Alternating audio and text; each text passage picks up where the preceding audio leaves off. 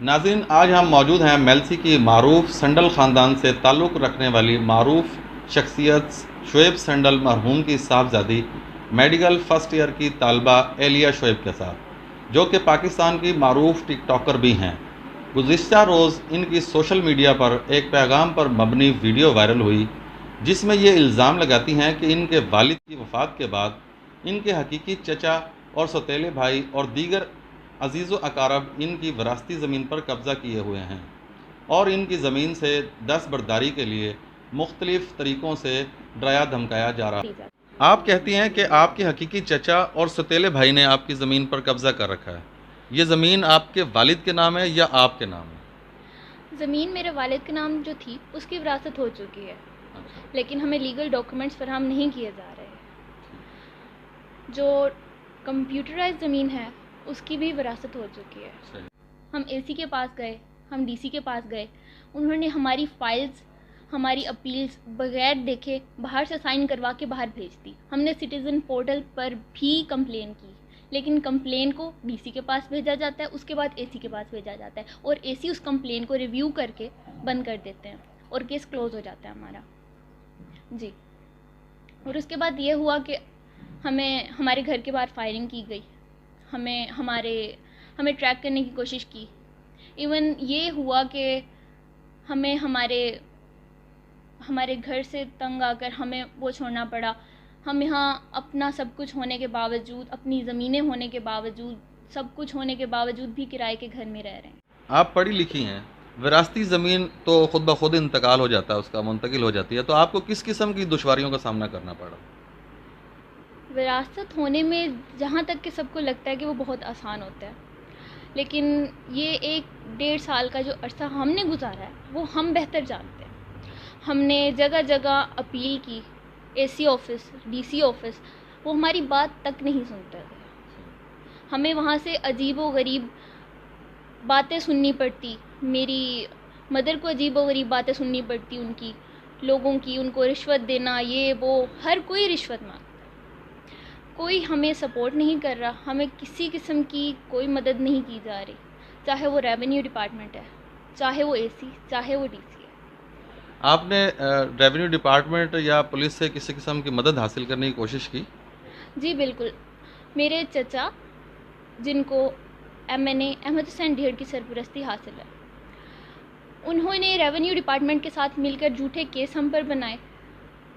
ہمارے نام جو زمین ہے، جو وراثتی زمین سے علیحدہ ہے، ان پر کیس کیے، ان پر سٹے لے لیے تاکہ ہمیں کچھ نہ حاصل ہو، لیکن ساتھ ساتھ اس کو آگے ٹھیکہ دیا، اس کے پیسے اپنے پاس رکھ لیے۔ آپ کیا سمجھتی ہیں، آپ کے پھوپھا جو ایم این اے ہیں احمد حسین طہیڑ، کیا ان کے اثر و رسوخ کی وجہ سے آپ کا ابھی تک وراثتی حصہ نہیں ملا، یا ان کے اثر و رسوخ کی وجہ سے آپ کو کہیں مشکل پیش آ رہی ہے؟ ہمیں مشکل بے شک ان کی وجہ سے بھی پیش آ رہی ہے۔ اگر وہ نہ سپورٹ کرتے، اگر نہ وہ پولیٹیکل پریشر ڈالتے ریونیو ڈپارٹمنٹ پر، ایون کہ پٹواری تک ہم سے بڑا ہی مس بہیو کرتا ہے۔ آپ نے کہا کہ آپ کے گھر کے باہر فائرنگ بھی ہوتی رہی ہے، کیا اس حوالے سے آپ نے کوئی ایف آئی آر درج کروائی؟ ہم کئی بار تھانوں میں گئے، اپلیکیشنز دی، لیکن ہماری بات کوئی نہیں سنتا۔ ہر کوئی رشوت لے کر اپنا منہ بند کر کے سائڈ پہ ہو جاتا ہے۔ اچھا، اب آپ یہ بتائیے گا کہ آپ کی فائنل ڈیمانڈ کیا ہے، آپ کیا چاہتی ہیں؟ میری ڈیمانڈ صرف اور صرف یہی ہے کہ ہمیں ہمارا حق دے دیا جائے، ہماری جتنی زمین بنتی ہے ہمیں وہ دے دی جائے، ہمیں اس کا قبضہ دے دیا جائے، ہمیں اس کے لیگل ڈاکومنٹس تو فراہم کر دیے جائیں۔ آئندہ کہ آپ کا کیا پلان ہے اس حوالے سے؟ اگر آپ کو زمین مل جاتی ہے تو آپ کیا کریں گے؟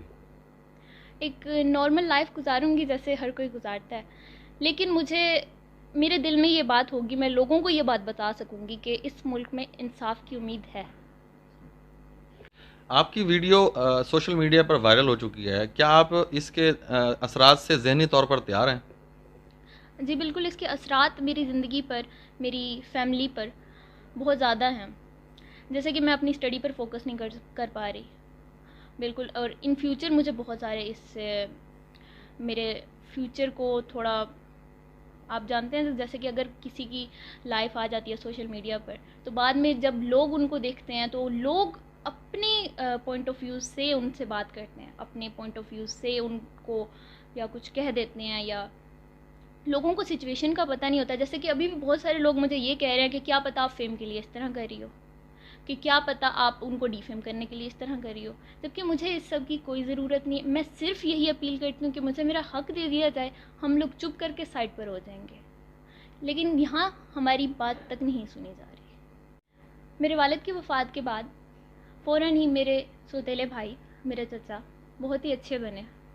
ہمیں انہوں نے یقین دلایا کہ آپ کو آپ کا حق ضرور ملے گا، آپ کو ایک ایک مرلہ دے دیا جائے گا. 1 مہینہ گزر گیا، 2 مہینے گزر گئے، تیسرا مہینہ آ گیا.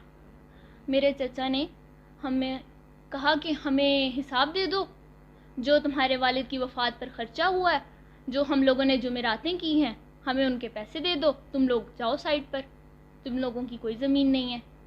ہمیں یہاں تک کہہ دیا گیا. اور پھر جب ہم نے ان کو کہا کہ ہم لوگ کیس کر دیں گے، تو انہوں نے ہماری زمین پر سٹے لے لیا.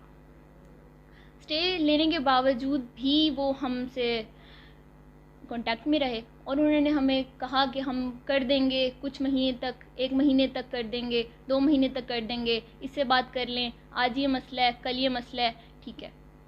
لیکن اس کے بعد جب ہم نے تنگ آ کر، جب ہمیں کوئی خرچہ نہیں دیا جا رہا تھا، ہمیں ہماری زمین کا حساب نہیں دیا جا رہا تھا، ہمیں اس کا قبضہ نہیں دیا جا رہا تھا، تب ہم نے تنگ آ کر عدالت میں ایک کیس کیا.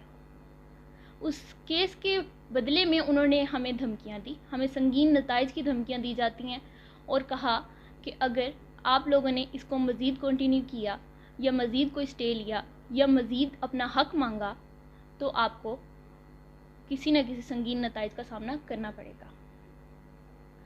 اس کے بعد یہ ہوا کہ ہم دفتروں کے چکر لگاتے رہے، ہم اے سی کے پاس گئے، ہم نے ان سے ریکویسٹ کی کہ ہمارا یہ کام کر دیا جائے اور جلد از جلد کر دیا جائے. میرا یہ مطالبہ ہے کہ ہمیں انصاف دیا جائے، ہمیں ہمارا حق دے دیا جائے. میرا وزیر اعظم پاکستان عمران خان صاحب، عثمان بزدار صاحب سے یہی مطالبہ ہے کہ ہمیں انصاف دے دیا